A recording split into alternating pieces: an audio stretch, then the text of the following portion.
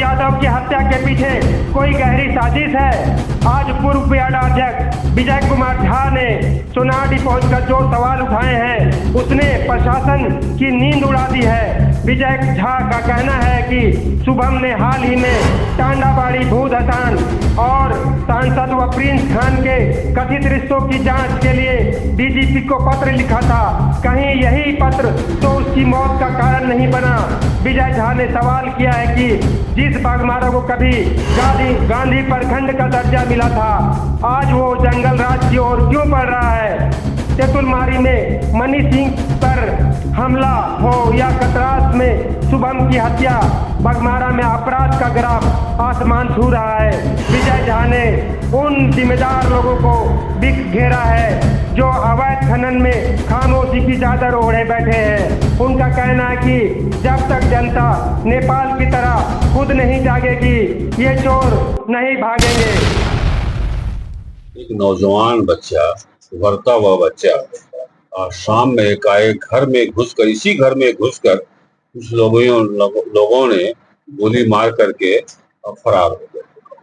घर में बूढ़ी दादी थी। सिर्फ इस बात की जानकारी सारी अखबारों से मिली है। मैं इस पूरे परिवार से पूरी सच्चाई घटना के संबंध में जानने के लिए आया था। ये उनके छोटे भाई हैं जो कतरास कॉलेज में पढ़ते हैं। अभी मुझे आश्चर्य बाघमारा कॉलेज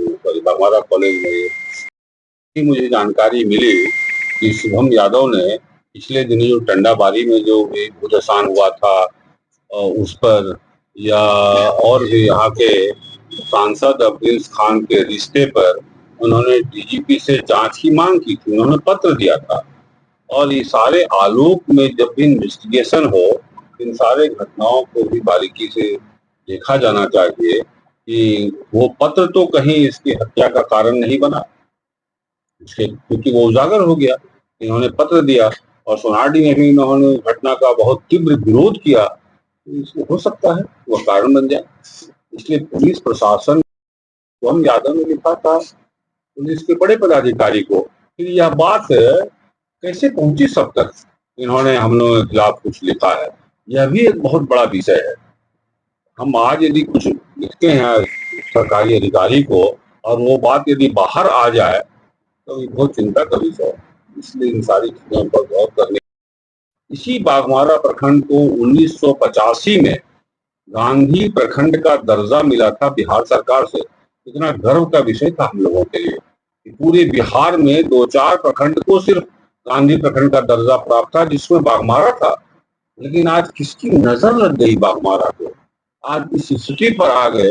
कभी मनीष सिंह पर गोली चली, अभी अब इसकी हत्या कर दी गई, कभी यहाँ भूधसान हो रहा है, कभी वहां भूधसान हो रहा है, कभी वहां 3 लाशें मिल रही है।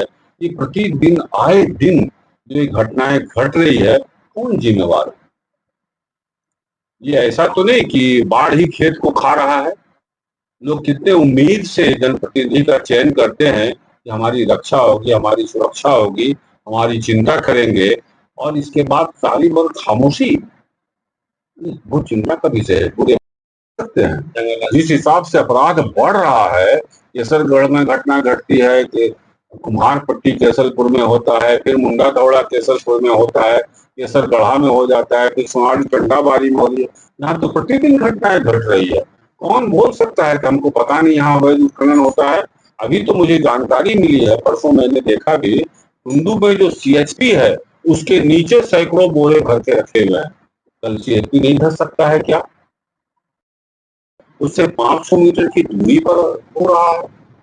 तो क्या ये जिम्मेवार लोग हैं उनके गृह पंचायत में, उनके गृह प्रखंड में, उनके थाने के इलाके में यदि हो रहा है इतने बड़े पैमाने पर अवैध उत्खनन, तो क्या वो कह सकते हैं कि हमको जानकारी नहीं है? तो कर क्या रहे हैं आप?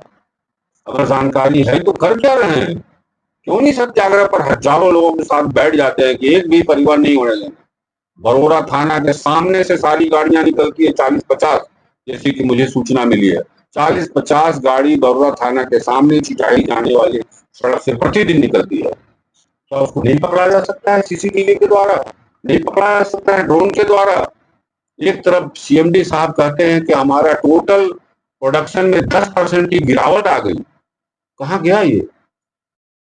वो अगर खामोशी का चादर ओढ़ लें और वो चुप्पी मार दें और उनके गृह प्रखंड और पंचायत में अवैध उत्खनन हो रहा है और अगर नहीं बोलते हैं तो सबसे पहली जिम्मेवारी उनकी है, सबसे बड़ा जिम्मेवार वो है, पहली जिम्मेवारी है।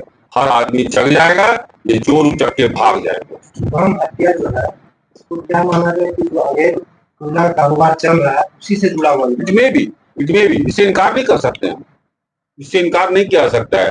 जांच में और सारे तथ्य आने दीजिए, हो सकता है कि आपकी बात 100% सही साबित हो जाए, हो सकता है। फिर वो कहाँ चला गया और क्यों नहीं रेकी करते हैं कि चोरी का कोयला जा कहाँ रहा है, किसके फैक्ट्री में जा रहा है, वहां चोरी का माल बरामद होने का क्यों नहीं केस करते हैं, क्यों नहीं ताला लगाते हैं? लगने दीजिए 25-50 फैक्ट्री पर ताला, जो चोरी का माल खरीदते हैं खरीदना बंद कर देंगे, अवैध उत्खनन बंद हो जाएगा। बहुत आसान तरीका है। जिम्मेवार किसे मानता है?